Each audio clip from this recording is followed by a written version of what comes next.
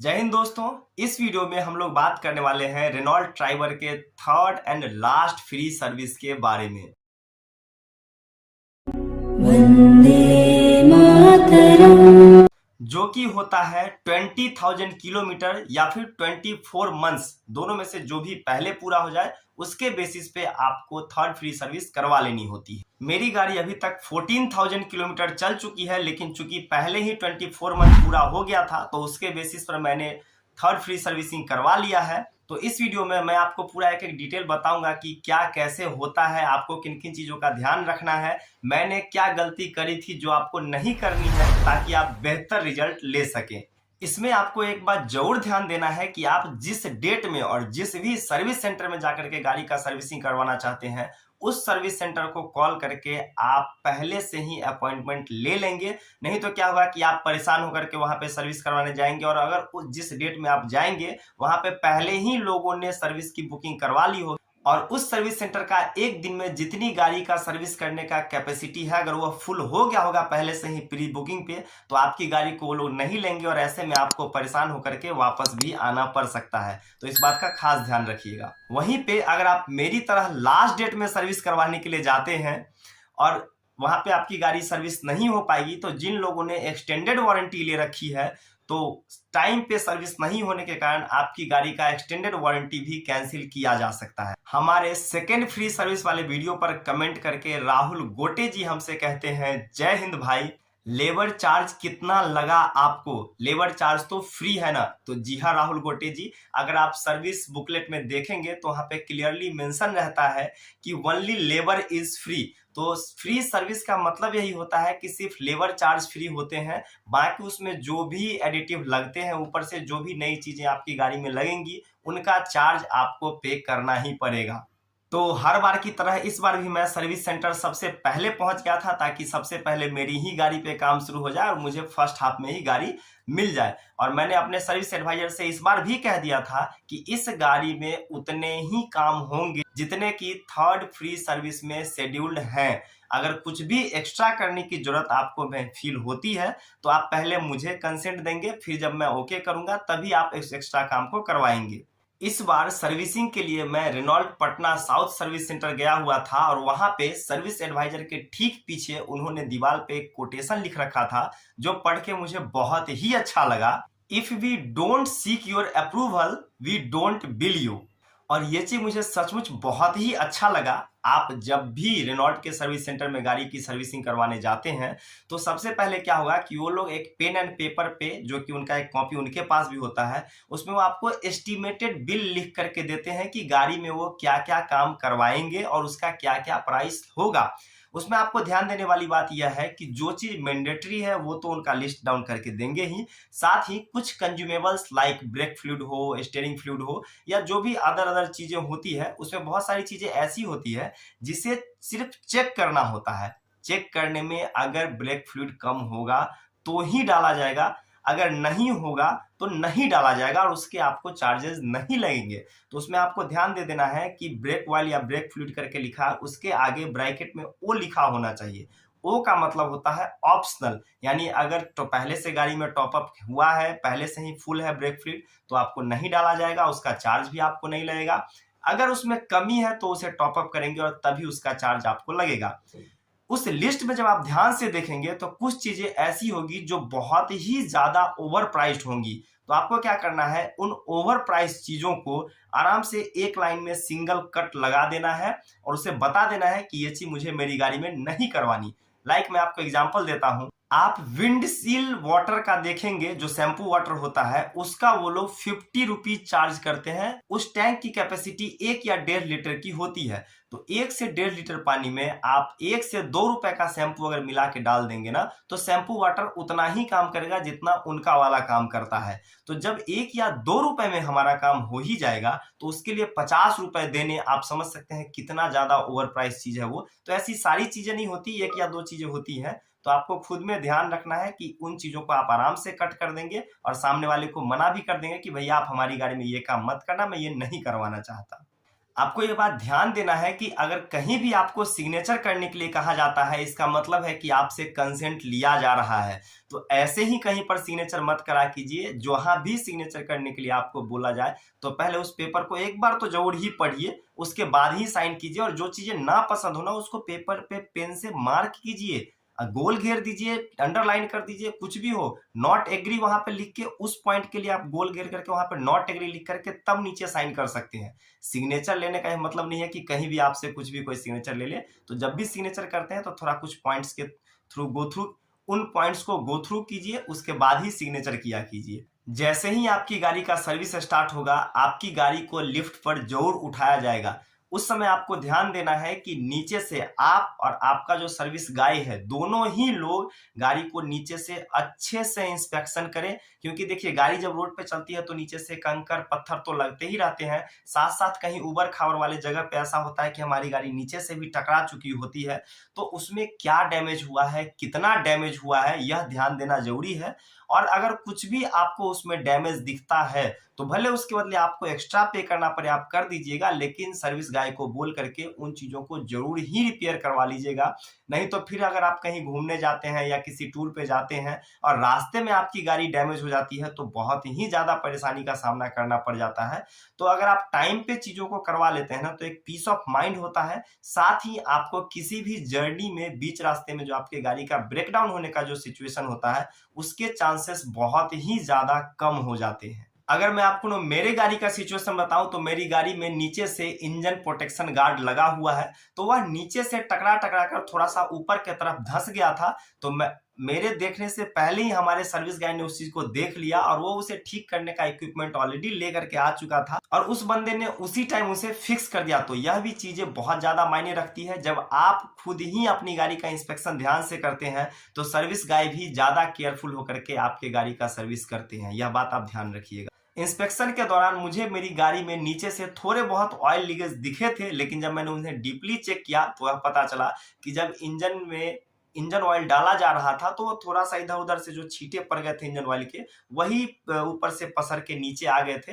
तो उसका कुछ मेजर कंसर्न नहीं था और बाकी जो एक इश्यू था इंजन गार्ड के साथ, वह ऑलरेडी ठीक हो चुका था। तो मेरा भी नीचे से जो इंस्पेक्शन करने का था वह उससे मैं फ्री हो चुका था। हमारी गाड़ी में आगे डिस्क ब्रेक और पीछे ड्रम ब्रेक लगे होते हैं, तो सर्विस के दौरान यह भी करना जरूरी होता है कि डिस्क ब्रेक के जो डिस्क प्लेट होते हैं उसे खोलकर और एक श्रेस पेपर से अच्छे से रब कर दिया जाए, ताकि वहां पे अच्छे से फ्रिक्शन बन सके और आपकी गाड़ी का ब्रेकिंग पहले से और ज्यादा अच्छा हो सके। और यह हर सर्विस में होना जरूरी होता है। तो यह भी मेरी गाड़ी में हो गया था। आगे बात करता हूं उस गलती की जो मैंने वीडियो के शुरुआत में भी मेंशन किया था कि मैंने करी थी, आपको नहीं करनी है, या फिर अगर आपने भी की थी तो उस गलती को इस सर्विस में सुधरवा लेना है। वह यह था कि पुरानी गाड़ियों से एक मैंने नॉलेज यह रखा था कि 10-15 हजार किलोमीटर गाड़ी चलने के बाद ना आपकी गाड़ी के टायर में कैंची लगवा देना चाहिए। कैंची लगवाने का मतलब यह होता है कि गाड़ी का दाहिने साइड का जो अगला चक्का है उसे पलट करके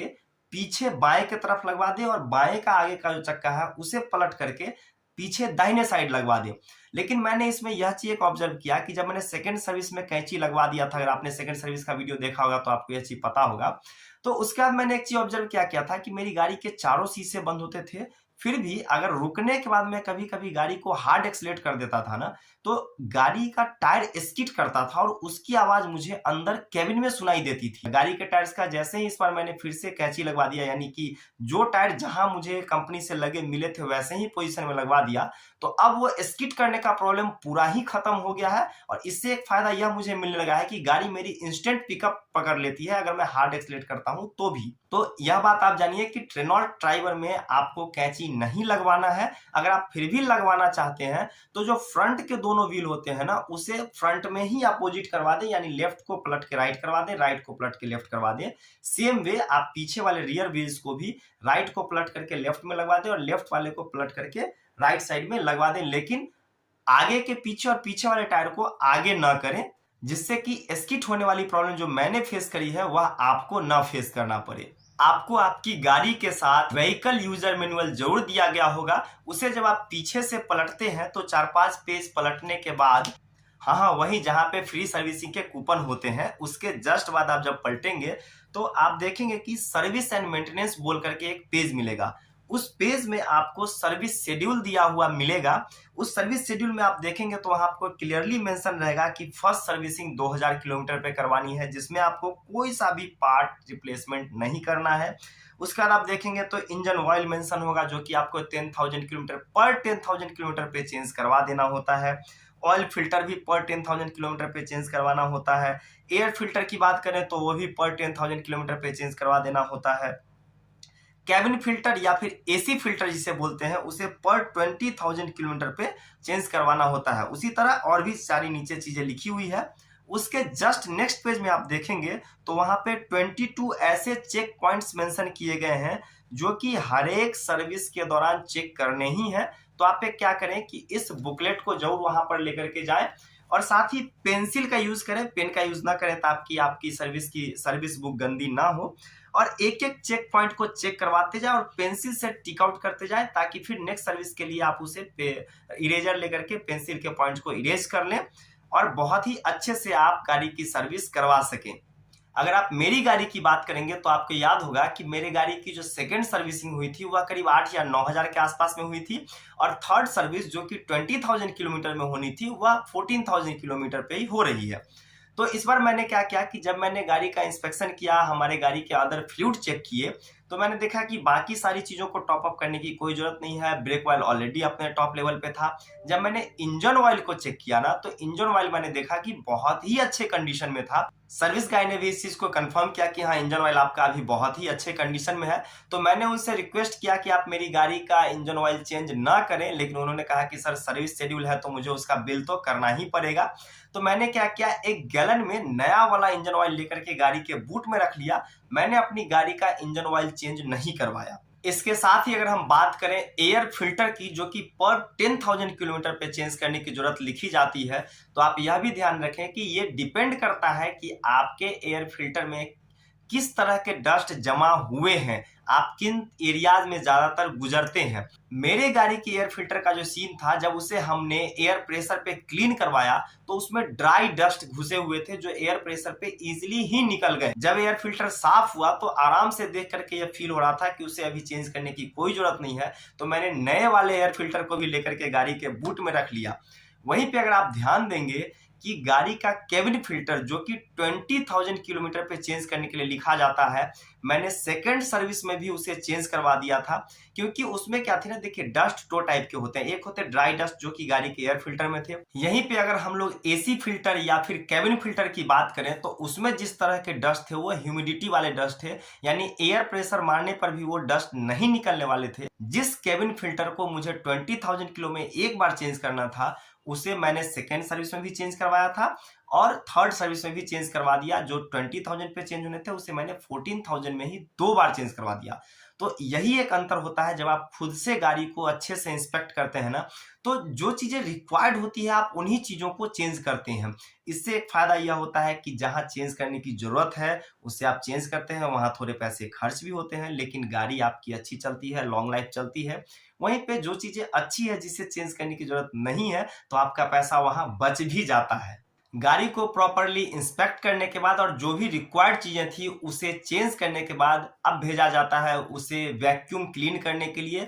एक अच्छे वैक्यूम क्लीनर को लेकर के अंदर से बहुत ही अच्छी तरह से उसे क्लीन कर दिया जाता है। फिर उसे भेजा जाता है गाड़ी का वाटर एंड शैम्पू के साथ बाहर से धुलने के लिए, और जब गाड़ी धुल करके आती है तो उसे सूखे कपड़े से अच्छे से पोंछ लिया जाता है। अब बारी आती है उस पर पॉलिश करने की, जो कि अंदर बाहर जहां रिक्वायरमेंट है उसे अच्छे से पॉलिश कर दिया जाता है। फिर आते हैं सर्विस सेंटर के ड्राइवर्स उसे सर्विस पॉइंट से लेकर के दूसरे पॉइंट पर ले जाने के लिए। और यहाँ पे मुझे एक चीज जो और बहुत अच्छा लगा वो यह था कि जब ड्राइवर आए गाड़ी रिसीव करने के लिए, तो ऐसा नहीं है कि धोने वाले ने धुल दिया होगा, पॉलिश वाले ने पॉलिश कर दिया तो वो आए गाड़ी को ले जा करके चले जाए।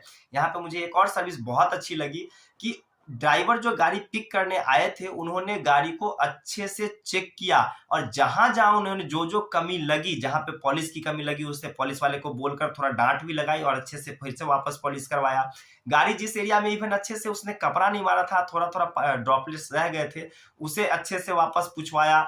जहां जो भी कमी लगी उन्होंने खुद से अच्छे से केयर किया और वापस उसे करवा के लिया, तब वो ड्राइवर गाड़ी को उस पॉइंट से दूसरे पॉइंट पर लेकर के गए। ऐसा नहीं कि जो जैसा जिसने कर दिया उसे वैसे ही छोड़ दिया। तो ये जो छोटी छोटी चीजें होती है ना, वो बहुत बड़ी बनती है और कस्टमर्स का दिल भी जीतती है। गाड़ी को धुल धुला लेने के बाद, पॉलिश कर देने के बाद, अब लास्ट में जो चीजें की जाती है कि गाड़ी के डोर लैचेस, बूट के जो डोर लैचेस होते हैं या फिर इंजन वे में जो लैच होते हैं, उन सभी जगहों पे ग्रीस लगाया जाता है। इवन बैटरी में भी ग्रीस लगाया जाता है। ये चीजें लास्ट में इसलिए की जाती है ताकि जो धुलने के टाइम एयर प्रेशर पे जो है या फिर वाटर प्रेशर पे वो ग्रीस निकल ना जाए, और अगर निकल भी गया हो जो पहले से लगा हुआ था, तो अब नया ग्रीस इंस्टॉल होने से वहां पे होता है कि अब वो लॉन्ग लाइफ आपके गाड़ी के साथ बनी रहेंगी।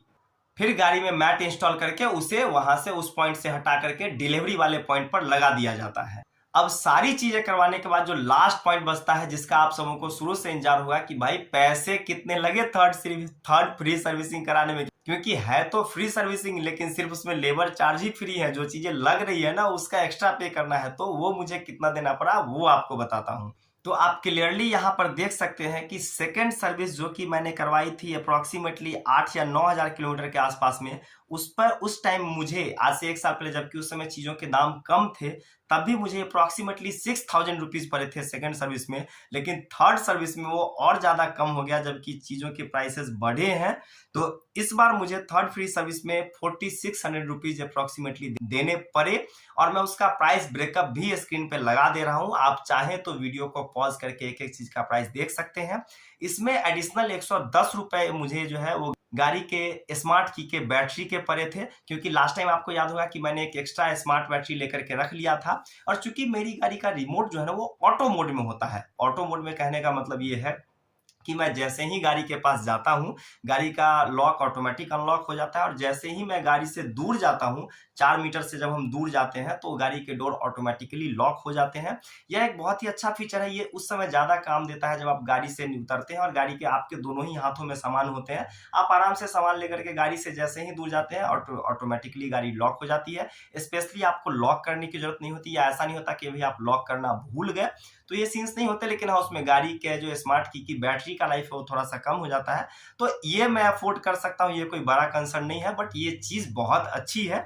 तो इसलिए मैंने फिर से एक एक्स्ट्रा बैटरी जो कि 110 रुपये मुझे पड़ा था, वो लेकर के मैंने एक्स्ट्रा फिर से गाड़ी में रख लिया है, ताकि जब मुझे रिक्वायर्ड हो तो मैं उसे आराम से खुद से चेंज कर सकूं। एक एडिशनल इंफॉर्मेशन आप लोग को यह भी देता चलता हूं कि जैसे मैंने गाड़ी में एक्सटेंडेड वारंटी नहीं ले रखा था, तो जैसे अब मेरी गाड़ी का थर्ड सर्विसिंग जो फ्री था वो खत्म हो गया है, तो अब जब मुझे फोर्थ सर्विसिंग गाड़ी का करवाना होगा, जब भी टाइम पूरा होगा, उसमें 2-4 दिन, 5 दिन या 1 महीना आगे पीछे भी होता है ना, तो उससे मुझे कोई फर्क नहीं पड़ेगा। लेकिन जिन लोगों ने एक्सटेंडेड वारंटी लिया हुआ है गाड़ी का, 2 साल तो मैन्युफैक्चरिंग वारंटी ऑलरेडी आती है, प्लस 3 इयर्स पेड करके गाड़ी खरीदते समय लोगों को एजेंसी वाले दे देते हैं। तो अगर आपकी गाड़ी में एक्सटेंडेड वारंटी है, तो आप 4th, 5th, 6th जो भी पेड सर्विस भी है उसे विद इन टाइम करवा लें, क्योंकि अगर आपकी गाड़ी का पेड सर्विस भी जो 4th या 5th है वो डिले हो गया, अगर आपने टाइम के अंदर नहीं करवाया, तो उस कंडीशन में आपके गाड़ी की जो एक्सटेंडेड वारंटी है वह खत्म कर दी जाएगी। तो इस बात का जरूर ध्यान रखिएगा। तो आपके जिन दोस्तों के पास गाड़ी है या जो गाड़ी लेने की सोच रहे हैं या जिनको थर्ड सर्विस करवानी है, उन सभी के साथ यह वीडियो जरूर शेयर करें। आप भी चैनल को अभी तक सब्सक्राइब नहीं किया तो जरूर सब्सक्राइब कर दीजिए। मैं उम्मीद करता हूं कि आपको डिटेल में अच्छे से जानकारी दे पाया हूं। अगर आप हमसे कुछ पूछना चाहते हैं तो वीडियो का कमेंट बॉक्स भी खुला हुआ है। आप हमसे फास्टर रिस्पॉन्स चाहते हैं तो हमारा टेलीग्राम ग्रुप जरूर ज्वाइन कीजिए। अगर आप इंस्टाग्राम पे हैं तो वहां भी हमें मैसेज कर सकते हैं। मैंने अपना पर्सनल आईडी भी वीडियो के डिस्क्रिप्शन में दे दिया हुआ है। तो आप जिस भी सोशल मीडिया प्लेटफॉर्म के थ्रू हमें फॉलो करना चाहें जरूर फॉलो करें, चैनल को सब्सक्राइब जरूर करें। टाइम पे हमारे द्वारा दिए गए इन्फॉर्मेटिव वीडियो से इन्फॉर्मेशन लेते रहें और फायदा उठाते रहें। जय हिंद, वंदे मातरम।